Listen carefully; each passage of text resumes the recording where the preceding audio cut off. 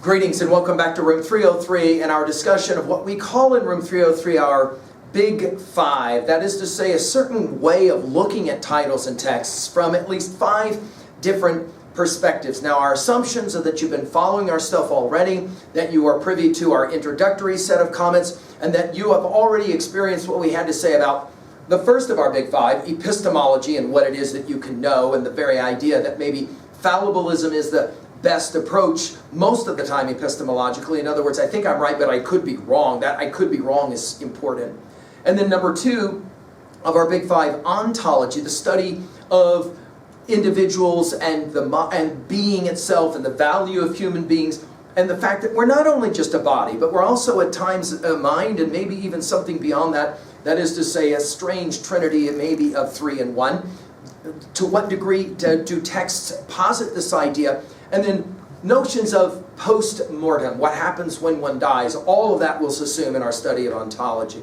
And then that's our first pairing. Our second pairing, as we've said already, psychology, the study of the individual minds, the motivations of that mind, or minds as often it would be referred to. That is to say, the things that motivate us, make us act the way that we act individually, and then of course sociologically as well. The way in which there seems to be a tension between at times the individual versus the group. And now finally, we come to the last of our Big Five. And for many of our students, this is the most demanding question that we will ever ask. And it's simply this: why must there be such pain, such suffering in the world?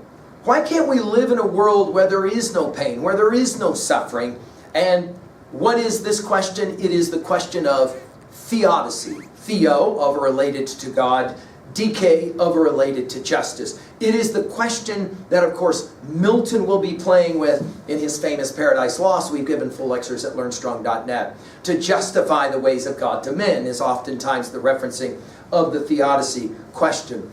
I like to posit this question on your paper with a triangle. And so you draw a triangle, and now let me give you a little word picture to help you understand the theodicy question. Okay? You travel to, for us, Denver, nearby to the south. And you go to the children's hospital there, and if we want to see true heroes, that's where we go. And you walk into a room where a young 5-year-old is dying, horrifically, painfully dying of leukemia cancer. The mom is there. The mom is clearly upset. And you walk in and you say, your child is in tremendous pain.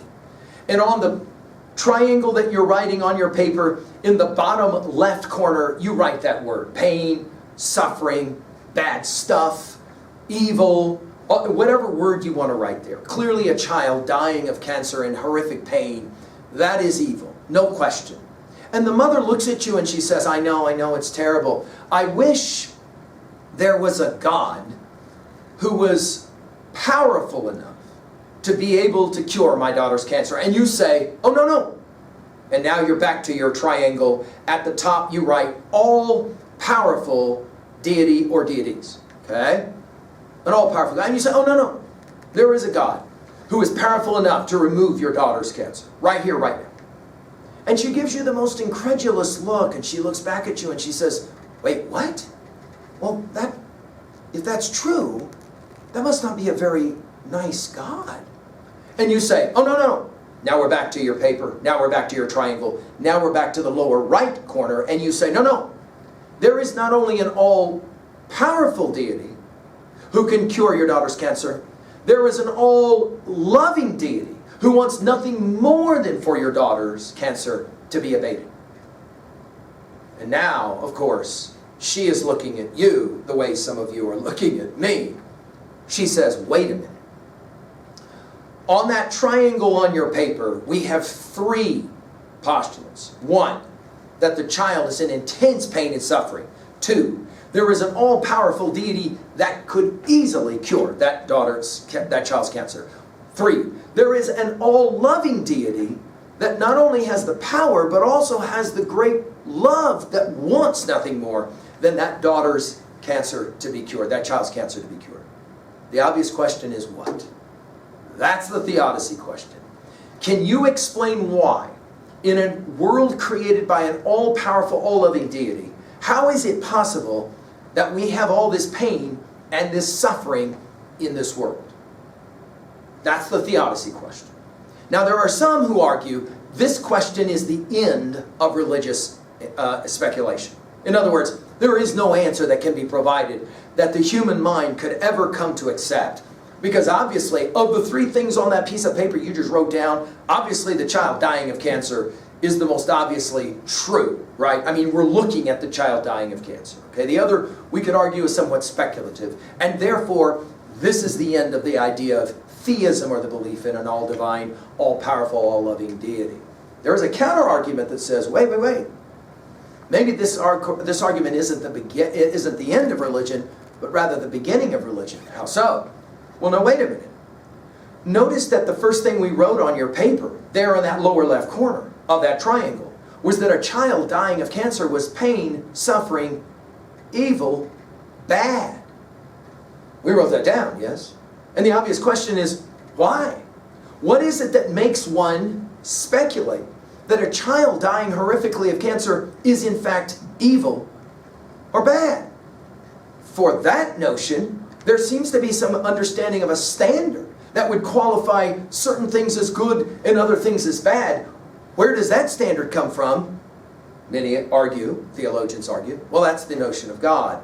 That's the notion of standard. And to that degree, you can't talk, I mean, you don't posit that triangle, for example, about a fly that you killed, do you?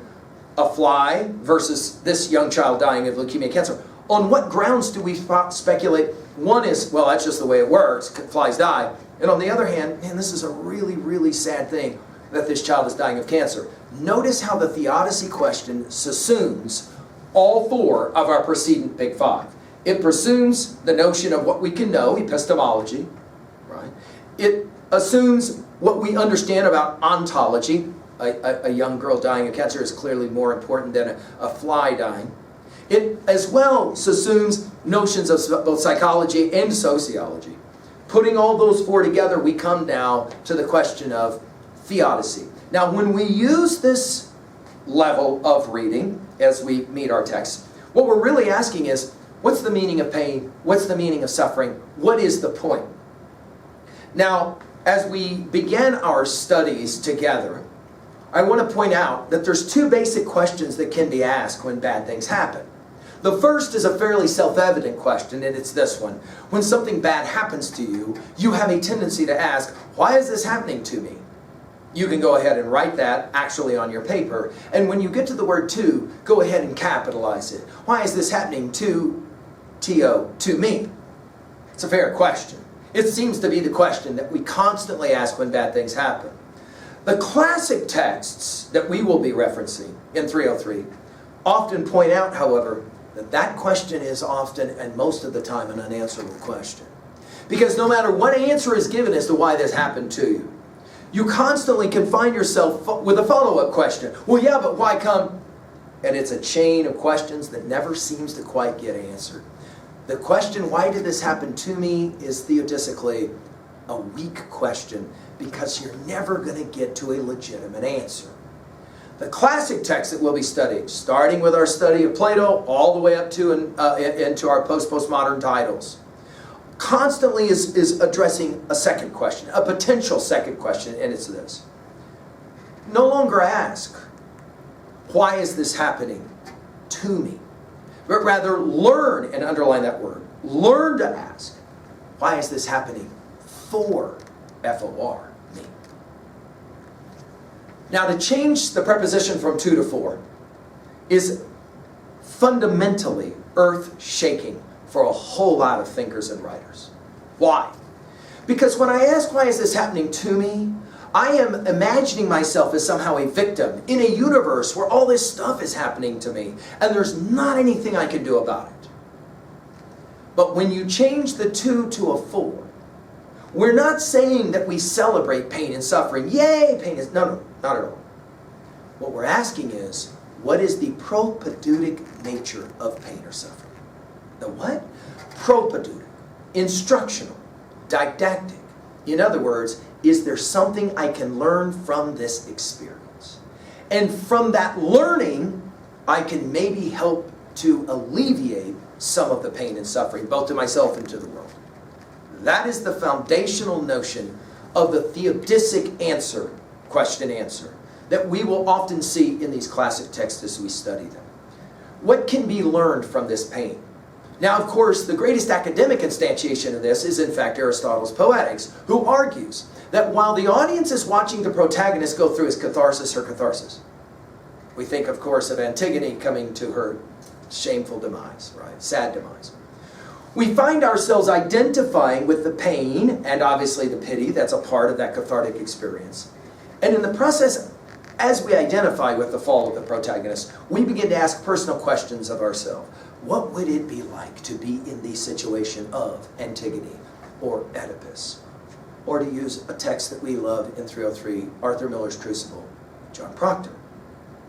What would it be like to be in John Proctor's circumstance? And watching John Proctor go through the experience of Crucible, we find ourselves asking, what can I learn from the pain, suffering that this character is engaging in right here, right now? There is a certain kind of freedom, Plato argues this, and of course the cave allegory of Republic 7. There's a certain kind of freedom that is associated when one is able to look pain directly in the face, suffering directly in the face, and to ask, what can I learn through this experience? It's not that I want it. It's not that I celebrate it. It's that I know it happens, and it is a constant of the human existence.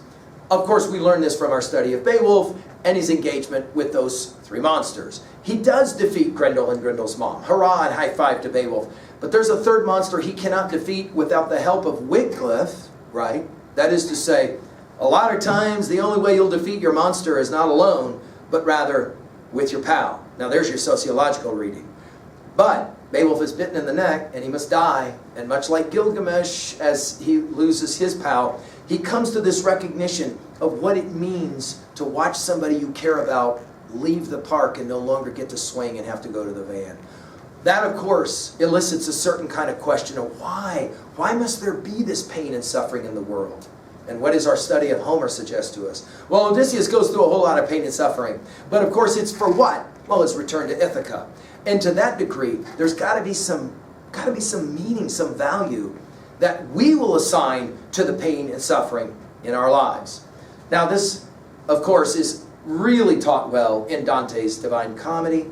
Think about what Dante is actually arguing, and we've given full lectures at learnstrong.net. What is Dante actually arguing? Well, not that you go to hell, but you rather go through hell. And the process of going through hell is the ability to look at the pain and suffering of life and to be able to ask questions that are actually answerable, like, why is this happening for me?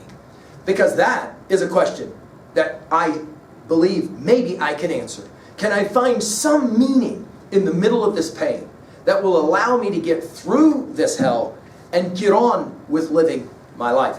That's the challenge of the Theodicy question. And now we're ready to take a look at any number of titles and to ask, as we look at these texts, what does this text have to say about epistemology, what I can know, ontology, who I am and others are, psychology, the study of the individual mind, and sociology, the study of the collective mind, the ways in which motivations often hide behind our actions, and what are those actions? And then finally, is there any use, any value to the existence of pain and suffering in the world? And what can I do to come to the end of my swinging at the park? Because I got to go to the van. I know that. Because the only way I got here is two people hooked up and exchanged fluids. We know that. That's biology. But I exist, but not for long. I swing at the park, but not for long.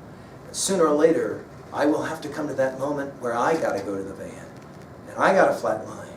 And I have to speak those words that, of course, Socrates will gesture at in Plato's great dialogue, Apology. I'm going to have to speak those words, oh my God. That is to say, am I going to say those words with an inflection in my voice of sorrow? Or will I be ready to meet Beowulf's dragon with an inflection in my voice that says, what Socrates says at the conclusion of Plato's Phaedo, let's go for a ride. Let's go to the van. Let's figure out what the next experience is. Of course, Tennyson will play that game in his classic poem, Ulysses. How dull it is to pause to make an end, to rest unburnished, not to shine in use, as though to breathe were life.